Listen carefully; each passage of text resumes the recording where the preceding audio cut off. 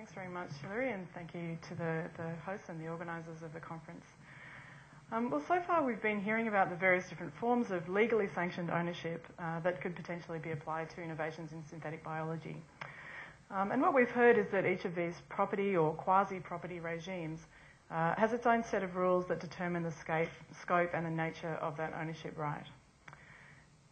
Now, we know from the free and open source software movement that even though there may not be much prospect of altering the content of those legal rules, there is some flexibility with respect to the uses to which the rules might be put.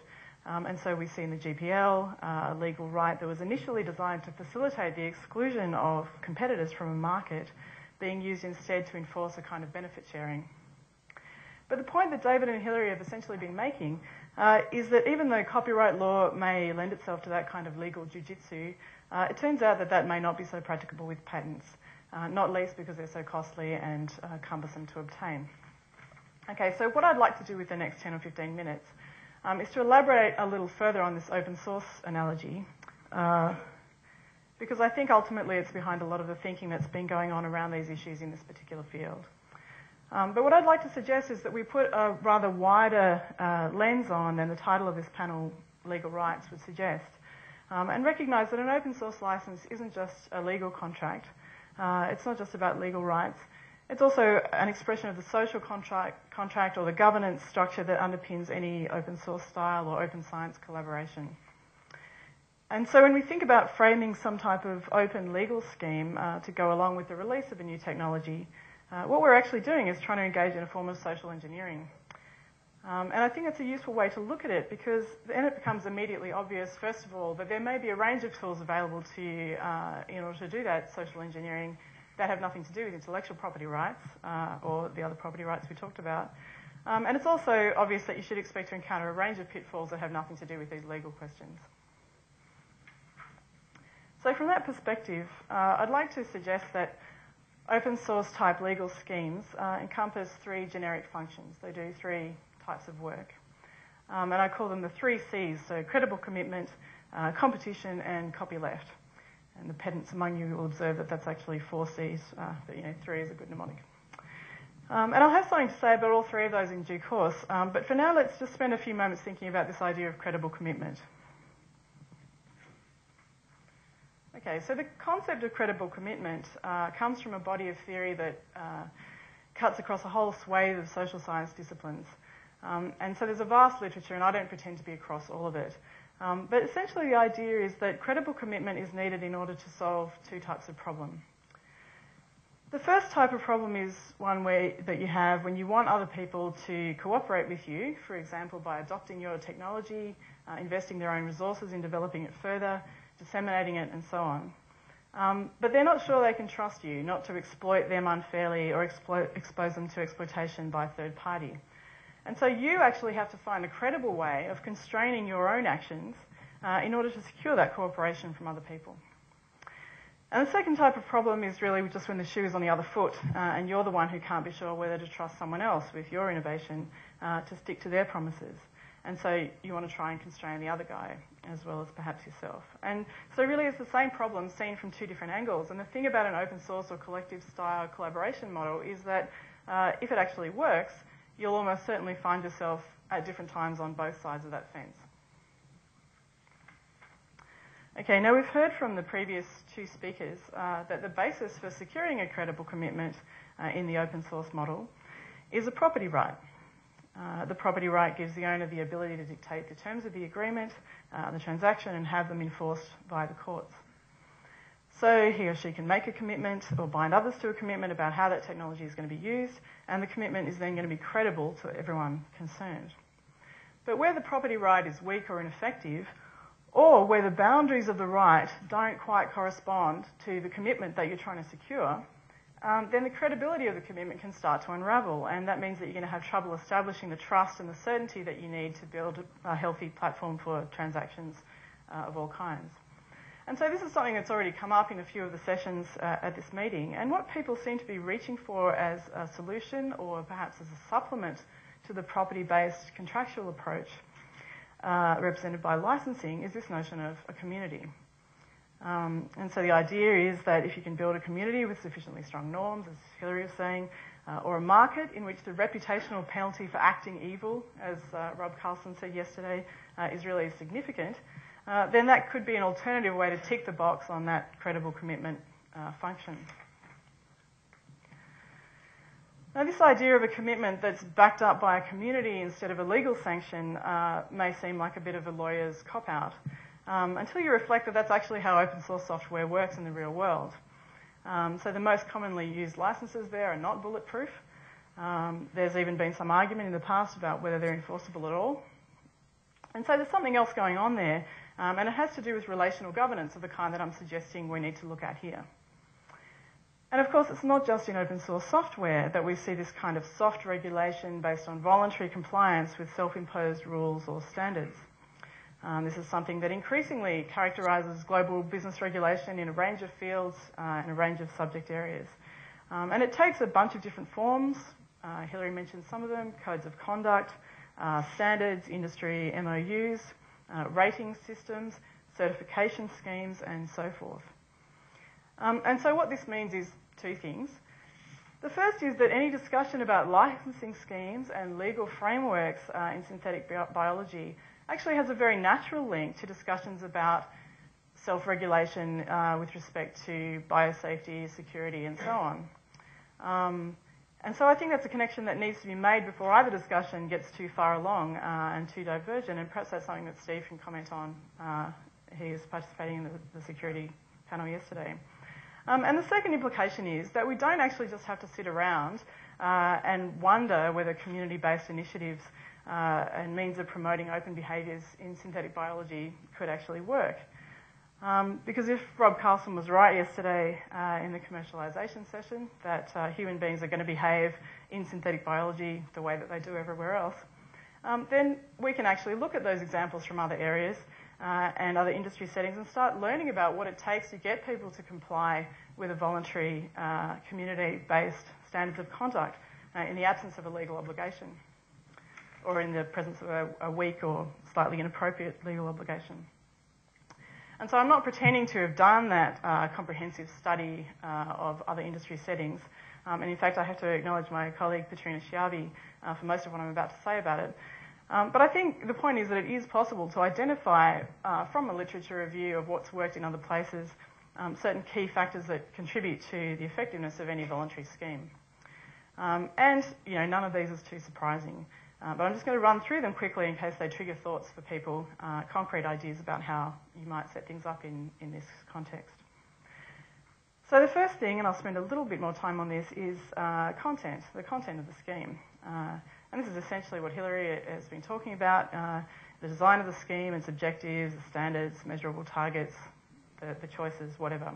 And this is where I'd like to come back to the second and third of those three Cs. There's three generic features of open source licensing. Because while credible commitment is about how you get people to do what you want them to do, those next two elements are about the what, the content of the legal and social contract. And so of these two, I would say that competition is really the definitive feature of open source, to the extent that's the model you want to take. Competition is a word that I'm using essentially to operationalise or provide an instrumental sort of perspective on what software people might call software freedom, or you guys might want to call biology freedom. And so the point is that if you're using your ownership or your influence to exclude other people from competing in the market for the particular part we're talking about, or device or whatever, or to force them into a dependent relationship with you, then what you're doing may be perfectly legitimate, but you wouldn't think of it as open source or following that analogy. And in fact, this is where I'd sound a cautious note about using the Cambia BIOS patent licenses as a model in synthetic biology, because I think they actually failed to clear that critical hurdle of providing a level playing field and a lack of dependence. Okay, and the other aspect of the content of an open source style commitment is copyleft or viral, reciprocal, whatever you want to call that. And unlike the competition element, that's optional in an open source scheme. And I think that's, as Hilary was saying, one of the major decisions that needs to be made in this synthetic biology context. So whether you actually want copyleft, viral, reciprocal, commons expanding, give back type of obligation is a major decision point in your social engineering efforts because it's essentially a matter of understanding the incentives that drive your contributors, your prospective contributors. So if what they're mainly going to be worried about is being excluded from downstream developments, from using them themselves or from profits from them, then it could make sense to build in a type of give-back obligation. But what if they're really worried about whether they're going to be able to commercialise their own developments on a proprietary basis? Then copyleft may be just going to discourage people from using your platform. And of course, what you'll probably have is a mix of those different sort of perspectives. And so it's a matter of estimating your tolerances for that leakiness that David was talking about, and it's about making the right trade-offs. And that's a decision that can't be made by the lawyers. It has to be made by the community, or more accurately, the people who are wanting to use their particular technology to seed an open source style approach. Okay, so that's the type of question you might want to consider with the content of your scheme if you want to stick with that open source analogy. But just getting back to our list of lessons, the key point about content is if you want people to stick to a voluntary arrangement, then they have to know what it is. So your critical content needs to be clearly defined. And that's really actually a challenge here, defining what is an improvement, what is a modification, and so forth. Ideally, your content needs to be outcome rather than process-based so that you can measure compliance with the scheme. And it needs to not be subject to capture by specific interests. And that includes your own interest as the initiator of the scheme. So in this case, BioBricks Foundation or the researchers involved with the registry. All right, so just very briefly, what else do you need if you're going to have an effective voluntary agreement on openness? Well, you need, again, these are pretty obvious, some way to monitor compliance. And if what you're after is credibility in that commitment, then ideally you want the monitoring to be carried out by a third party or verified by a third party and not just be a matter of self-reporting. You need sufficient transparency to make that external scrutiny possible and to enable broad participation in the design of the scheme as it evolves over time. The next point is that even though we're envisaging a voluntary system, you need there to be clear repercussions of non-compliance. So this is the enforcement that Hilary mentioned. Even if it's simply a matter of public exposure and shaming as someone who has breached that obligation, moral obligation. So there needs to be some active enforcement. And the final item on this list is that essentially you need your voluntary arrangement to be as compulsory as possible. This is what we learned from empirical studies in other fields. And so it turns out that this is the paradox of soft regulation. If you want it to work, you actually have to harness every external pressure that you can think of to effectively coerce adoption and compliance. Because as any of us here might have predicted, the biggest problem with voluntary schemes is that the people who sign on to them are the people who are going to be doing the right thing anyway, however you define the right thing. They tend not to capture the rogues, the one-shot players, the outsiders, the bad guys, or the compulsory theme or meme of this conference, the Dr. Evils. Okay. So even the people who do sign on, the good guys, with these sorts of schemes in other fields like the mining industry, forestry, other areas, they tend to pick the eyes out of these schemes. They only implement the stuff that suits them or the things that they think are going to fit with their operational requirements. And if you ask people, especially executives in big corporations, because I suspect that that may be the sort of image of the bad guys that some people might have here in their minds, what it would take them to actually change their behaviour in line with a voluntary standard, they'll generally tell you that unless they're going to be exposed to some form of legal liability, they really don't care. So what we learn from these experiences in other fields is that soft regulation per se, meaning any attempt to influence or constrain other people's behaviour that isn't backed up by some kind of legal sanction, doesn't really work to achieve its stated goals. So does that mean that it's pointless? Well, no, it doesn't, for two reasons, but the final judgment call is up to you. The first reason is that even though soft regulation doesn't necessarily achieve its stated goals, it still does have some effects that could be perceived as beneficial. And the major effect, again as you'd expect, is that it enhances the reputation of entities that participate in the scheme. And if we're attuned here to the potential benefits of an open source type approach, then we're going to be attuned to the fact that amassing reputational capital can have a whole range of indirect but economically and otherwise significant effects. It can open up new technical or commercial or funding opportunities. It can generate greater acceptance in the wider community. A voluntary scheme creates a common language that you can use to communicate with your stakeholders, to use a term that's been criticised in some other sessions, and reinforces your social licence to operate, if you will. And it can start a dialogue about what constitutes appropriate norms and standards of behaviour that may ultimately become the basis for some harder form of regulation in the future. So it's not pointless in terms of moving towards a more binding approach. So that's one reason why soft regulation isn't pointless. And the second reason is that even though soft regulation doesn't work on its own, it can be very effective if it operates in the shadow of a complementary coercive scheme.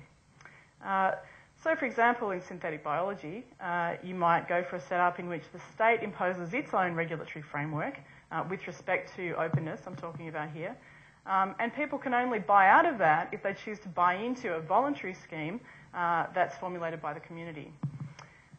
Or you could have one or even a bunch of certification systems that embody different versions of community norms, so you don't all have to agree about what those should be.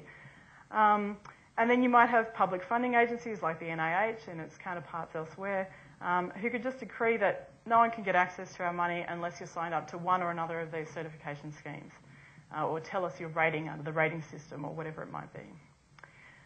Or, just throwing out ideas, you could go to the patent office and you could say, okay, we know you can't have different patent laws for different people, but how about some kind of administrative solution in which you agree to fast track the assessment of applications in which the applicant undertakes to comply with some kind of scheme, openness-oriented scheme.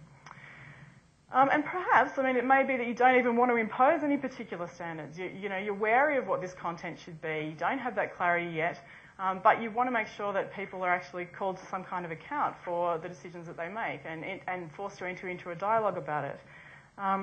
And in that case, so you could use the power of the state, the coercive power of the state, in the form of contract law, by getting people to contract into a dispute resolution or arbitration type of clause so that people aren't so much forced to act in a certain way as to justify their actions to the community or in a public forum. And so I'm sure that other people can think of many variations on those sorts of themes, but I think I'll leave it there for the time being. Okay, so thank you very much.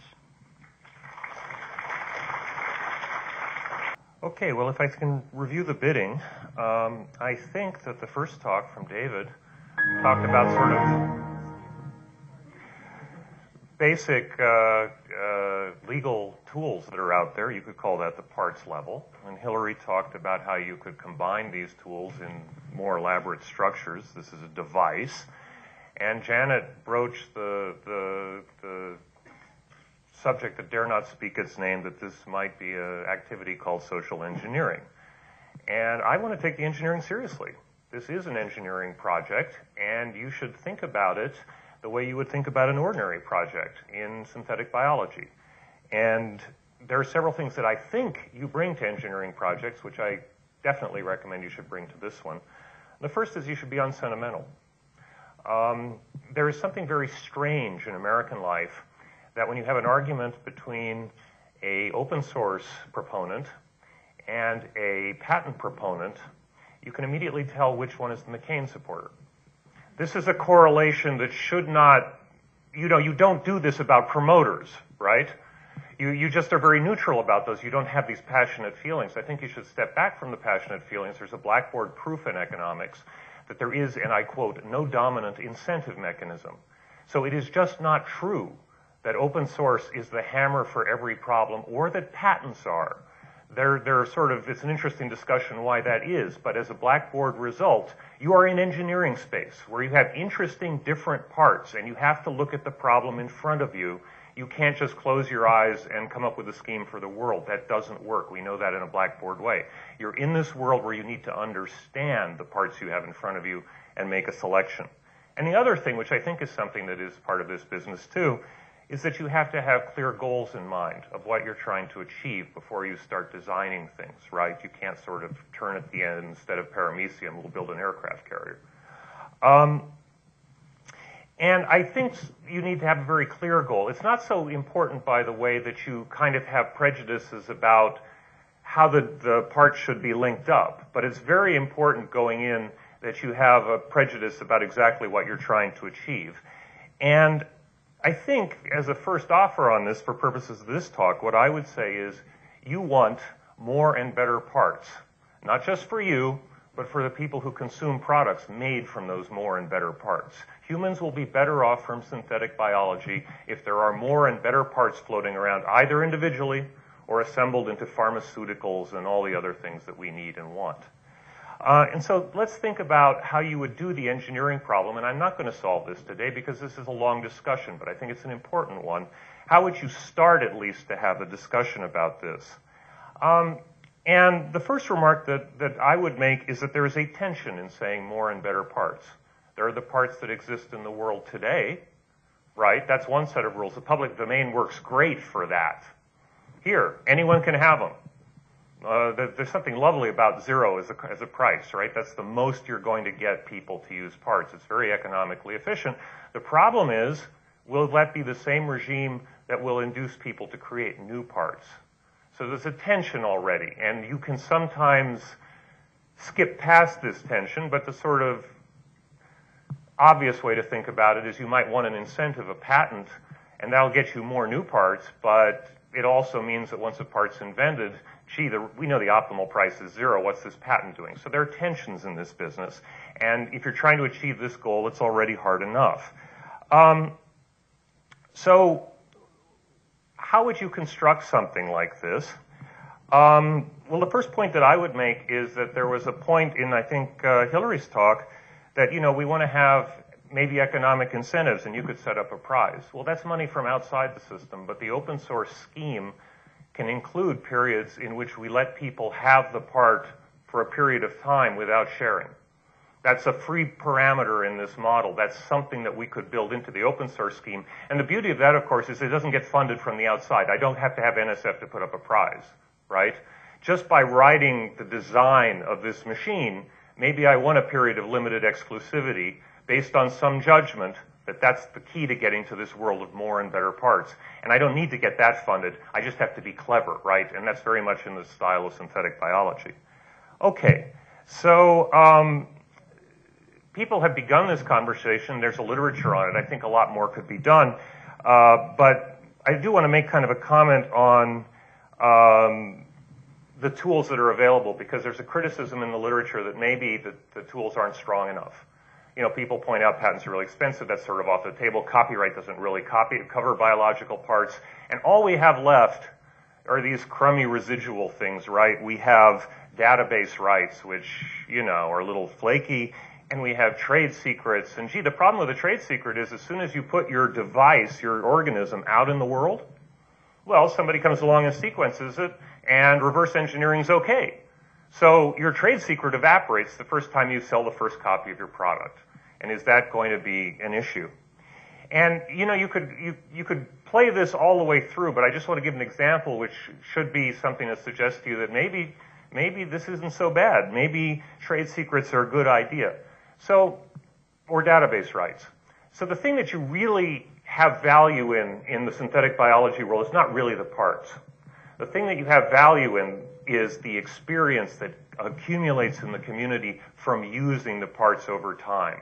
All right? Where does that live? Not in the part. The part is the same DNA sequence that you had to begin with, maybe a little bit modified. Where it lives is in these databases that everybody here is talking about building in the other sessions, where you have all the experience, and particularly all the blind alleys you went down and discovered that's a blind alley. And it's valuable to tell people that I did this, and you shouldn't go down this blind alley too. The part becomes more valuable over time, but not because the part changes, because you start accumulating all this experience. Well, we know how to protect databases really well. For whatever reason, there's some practical self-help, there's some legal reasons, you don't need to know the details. We're really good at selling data in the United States and, in fact, everywhere else. So maybe to build an open source scheme, you don't have to make the part closed at all. Maybe all you have to do is have open source around the database in how these parts behave. So that's plausible. This is a weak protection. People look down their nose at it, But, you know, we like the public domain. We don't want to have the most draconian set of patent-based rules that we can hit people with. The closer we get to minimal regulation of this, and open source still works, the happier we should be. So maybe just doing the data with some restrictions, allowing the parts to be open would work. Well, maybe not. Let me talk briefly about the trade secret example. People don't like trade secrets because if the time to market for a synthetic biology part is 3 years, well, I just told you as soon as the part hits the market, some bright lad reverse engineers it, and that's as long as you can have this trade secret protection. It belongs to the world after that. Oh, what a catastrophe, right? But for intuitive purposes, you know, one way you can rephrase the debate between patent aficionados and open source people is that the patent aficionados say that the optimal length of appropriability is 20 years, and the open source people say that it's 0. And I would point out to the mathematicians in the room, of which I'm not one, that that is a space of measure 0, right? The correct number is probably not 20 or 0. It might be some number in between. And maybe it's less than 3 years. And the thing that's suggestive to me is the following. There is a certain little economic observation that you ought to know about this problem. It's called niche markets. So if I build a pharmaceutical, I usually invent it once. I then sell to that market, and it isn't worth anybody else's time to learn how to do that trick a second time. In those markets, the only thing that matters, right, is that I'm the first past the post. I'm the first guy to come up with that. So in that world, 6 months, let alone 3 years, is enough to let you win the race. And that is so generic of synthetic biology as a discipline that it's quite plausible that the period of appropriability you need to make open source work could be quite short. In fact, we can talk about it. I think you can even tell that story about Amyris and jet fuel, but that's pushing the model. Okay, so all I've done so far is I've suggested to you that we probably, there's no no-go theorem. It looks plausible that you could write the paperwork for an open source world that would work for open parts. There is this small problem, which the economists call multiple equilibria. If you started off, you waved a magic wand, I left it at home, right, and made 100% of the world use open source parts documents, you would then get defectors, right? But it would go down to 70%, and then that would be a stable equilibrium for all time. And the economists are very happy to say, oh, there's an equilibrium. There's another equilibrium that we're in where there are 0 open source users, and maybe that's a stable equilibrium too, right? And so the problem is you want to nudge the world over from the world we're in, which is 0, up to this world that's stable where there's a high level of open source and it's vibrant, and how do you do that? And this, of course, is sort of a here be dragons territory. The economists don't do this formally either. The reason that people didn't study these issues until the 1990s was the usual one. They're mathematically intractable. People knew these problems existed, but they had no particular reason to chase them. So how would you do that? Let me make some suggestions, because Rob mentioned yesterday, well, how would you get from here to there? And I think that's a really key question we should be asking ourselves. The one I like, in kind of a model railroad way, right, a hobbyist way, is you have BioBricks right now. Really well-known brand, really big database of parts. Focal point. This is the kind of thing that new economy people kill for, right? Maybe you could just take BioBricks and pretend you're the Microsoft of parts, but of course you're benign. And you just build this thing. You take the brand and you do all that edgy Bill Gates stuff for the good of mankind, right? And build BioBricks into an open source system. Start where you are today and build an open source system around it. That's the hard way. It would be very elegant to watch you do it, though. I mean, you know, the art of this is really lovely. Shortcuts. Yeah, I want shortcuts, too. One thing is, if you think about companies, there are net consumers of parts and there are net makers of parts. So if what you're afraid of is that the net makers of parts are going to have closed part standards and everything's going to be really expensive because you have to pay a rent on each of the parts, fine. Go to the other people in the industry who are net consumers of parts. BP, now new age named Beyond Petroleum. I can't make my lips do it. Beyond Petroleum right now is in the parts business big time, but when you talk to their people, they will admit, you know, if synthetic biology takes off, we're never going to be a synthetic biology company. We're a net consumer. Maybe it's plausible to go to them and say, you know, you have this chance with the deals that you have right now to either go open or closed. And if you're thinking about your short-term interest this profit quarter, you want to be closed. In the long term, you'd love to tip synthetic biology to an open parts regimen. This is in BP's financial interest. That's a hard-nosed argument. Go find some people with deep pockets who are net consumers of parts. And these are often hard opportunities to spot, right? You can find things that you can walk up to an executive and say, you know, one of your business problems is actually an 1837 result by Cournot. I mean, things that you would never predict, perversities, and you need open parts to fix this. And believe it or not, that's an elevator pitch, right? You can tell people in 5 minutes that there's this famous economic problem and you're about to go into it. Okay. So the last thing is you could get government in some form to help you, okay? And one thing is governments increasingly are supporting open source in computers for strategic reasons. We don't like Bill Gates in Europe. We don't even like him in Massachusetts, so governments try and tip against the Microsoft standard by buying a lot of open source. And actually these days, funding people to do open source in the sciences for purely strategic reasons. Go to a government agency and say, you know, you're going to end up with a monopoly parts standard. It's time you do the same thing in this space. After all, we believe this will have a bigger GDP than software. Why are you piddling around with the software industry? Don't you know synthetic biology is where the big money is for society? Push an open parts standard. And the last thing is, and then I guess I'll stop, but the last thing is, unlike software, almost all synthetic biology has big government money involved. And if government is going to put in half of the money in the BP deal at Berkeley, or, you know, you can name your favorite deal. If they're going to do that, well, they pay the tune, and they can, you know, they pay the piper and they can call the tune. And why not say, we think what you're doing is great, here's the money, go do it, and you are going to get rich from it. But you might not get quite as rich as a parts monopolist, right? Because we want to have open parts. One last piece of special pleading. This is a tipping market. It is very urgent. You are going to wake up one morning. You see the slides where they say Amyris is going to have jet fuel in the, you know, in the kilotons of the stuff, right?